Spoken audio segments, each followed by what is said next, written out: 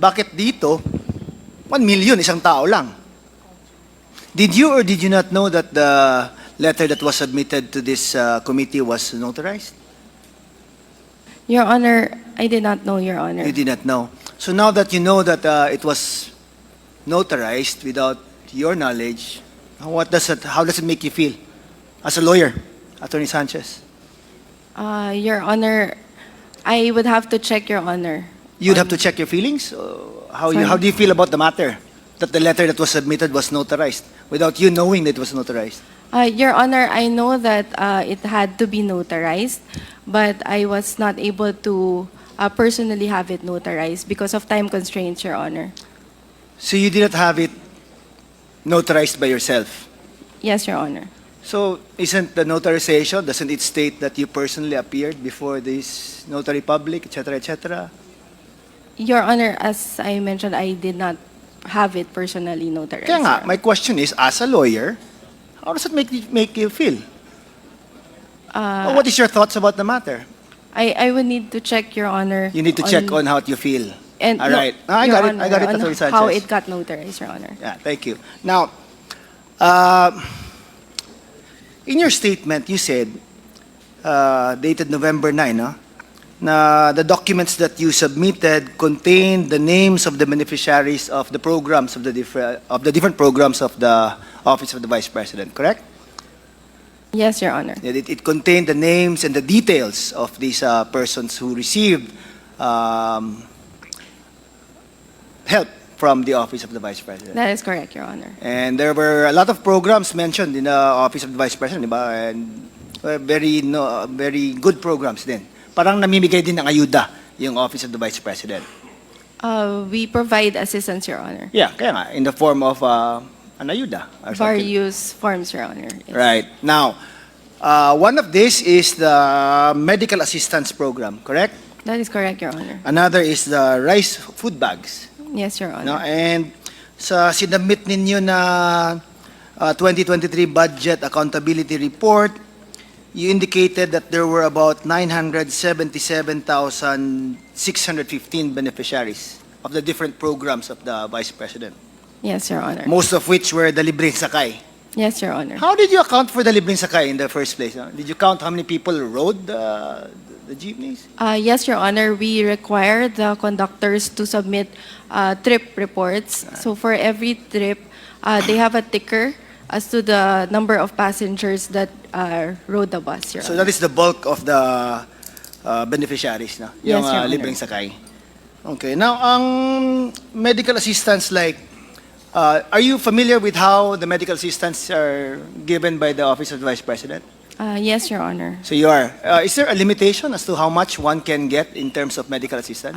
We have a tier, Your Honor. Tier, And, okay. and it depends on the nature of the assistance So, being requested, Your Honor. To determine the nature of the assistance needed, specifically the medical assistance, you would need to interview the patient or the person asking for medical assistance. Yes, Your Honor. So do you have in the employ of the Office of the Vice President social workers Yes, Your Honor. who does the interviewing? Some social workers, Your Honor, but Some there social are workers. other employees who are non-social workers, Your Honor. Okay, now the medical assistance is given in the form of cash or goods? It's in the form of guarantee letters, Your Honor. Guarantee letters to another government agency. No, Your Honor. It can be a government hospital, but Uh-huh. can also be private hospitals and pharmacies and other medical service providers, Your Honor. So let me understand it. You give a guarantee letter to, example, patient A is asking for 10,000 pesos, and after interviewing, parang you find out that they are qualified to get this kind of amount. So you give a guarantee letter addressed to the hospital where he or she is being admitted that the Office of the Vice President will pay for this amount or Yes. will cover this amount. Yes, Your Honor. That's correct, right? Yes. How about in terms of medicines or something like that? We also give, for 2023, Your Honor, we provide the medicines, Your Honor. But So for- actual medicines na. yes, Your Honor. So they give you parang prescriptions, and then ang ibabalik niyo sa kanila are actual medicines that they need. Yes, Your Honor. Wow. But then again, when you report this in your budget accountability report, you indicate how much or ilang magkano ang value ng medicines na binigay niyo to this particular patient. Yes, Your No? Honor. So, in this report, you indicated that there were about 95,756 na nakatanggap ng medical assistance. Would that be a fair statement or an accurate statement, Attorney Sanchez? Your Honor, can we see the presentation again, Your Honor? Sorry. Table number 16. Do we have a slide of the table number 16? Yung, yes, that one.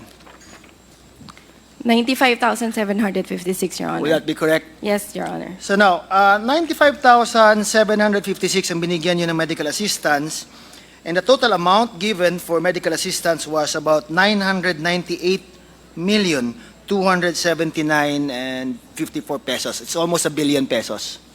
Would that also be correct? I will confirm, Your Honor, if that amount includes the burial assistance. Can anyone of the persons invited confirm the amount?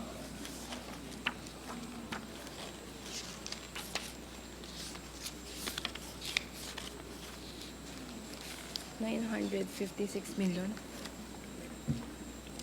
1,044,000. Your Honor, based on the annual audited report, the amount disbursed for both medical and burial assistance programs, Your Honor. Oh, just medical assistance. Yeah. For medical assistance. Ano naman tayo, medical assistance? Nakamix. Your Honor, we reported the lump sum.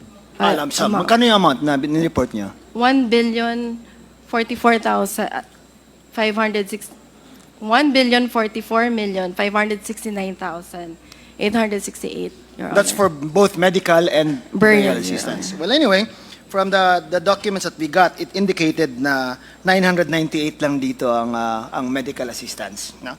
So if you gave 998 million pesos in medical assistance to 95,000 persons, that should average out at about 10,500 or more or less, Yes. no?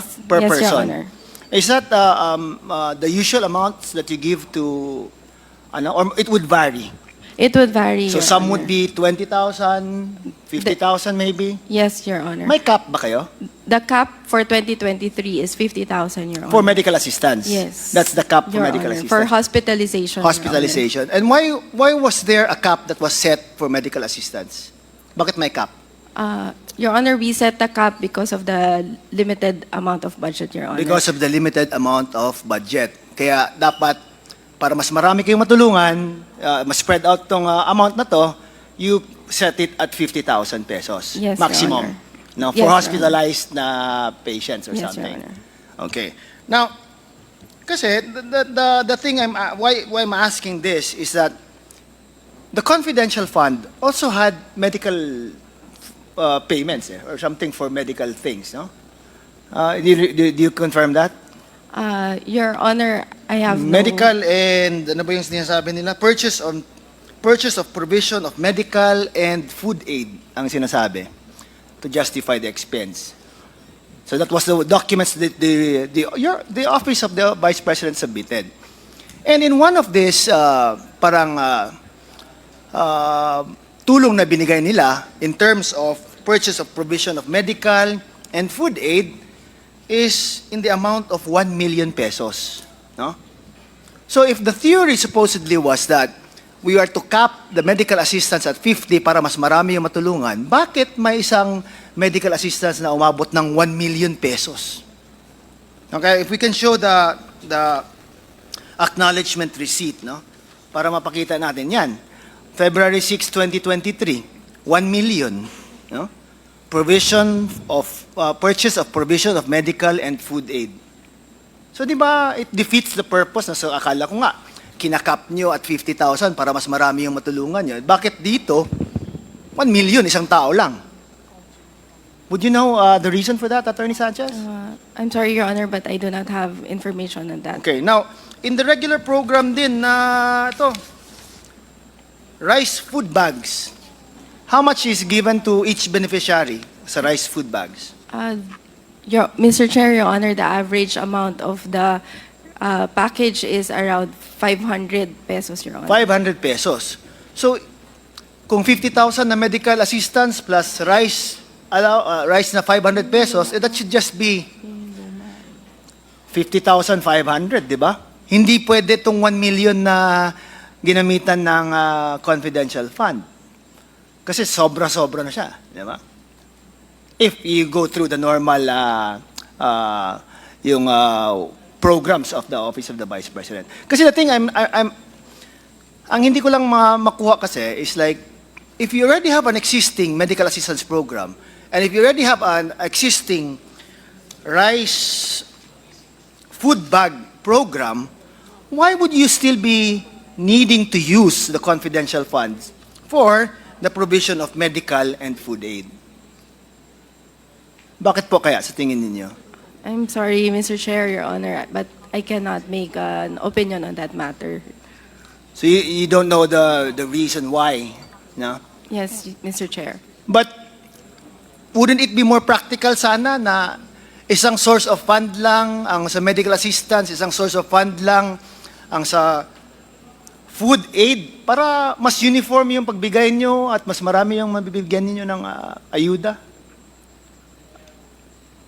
Mr. Chair, I do not have information on the actual utilization of the confidential fund, Your Honor. Yeah. Kasi, in December 21 to 31, yung 2022 na confidential fund, ang provision of medical and food aid is 40 million. Di ba? Now, on February 6 to March 29, 2023, din, the first quarter of 2023, ang provisions for medical and food aid increased to 42 million. Sa sa April 25 to June 30 is bumalik to 40 million. Now, hindi ko lang maintindihan po. Bakit kailangan pa mag-utilize ng confidential fund if may existing na kayo na programa for food and medical assistance? I have no knowledge about that, Mr. Chair. Now, again, in your letter, kasi balikan ko to in your letter, in your statement pala, dated November 9, you said na lahat ng beneficiaries at details nila ay nailista when you submitted it to the COA.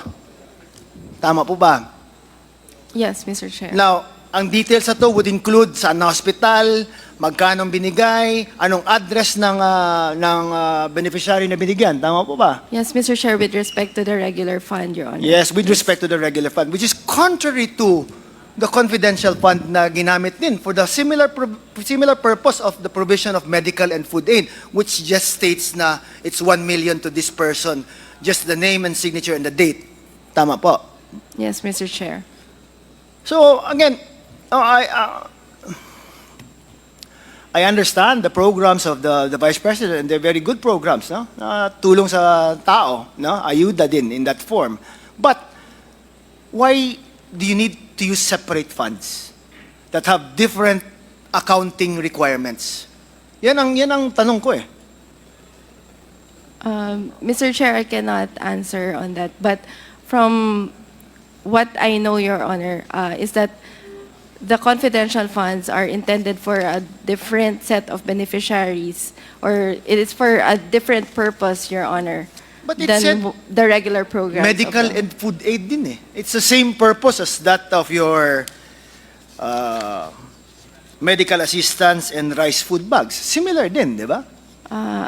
I have no information, Your Honor, because the details as to the specific purpose of the confidential fund has not been disclosed to me. Has not Your been? Honor. Was not disclosed to me, Your Kaya Honor. nga, that's what I'm harping at is like, kasi kung uniform lang sana, anyway, it's the same purpose, it's the same intention na tulungan tong mga taong to or whatever, no?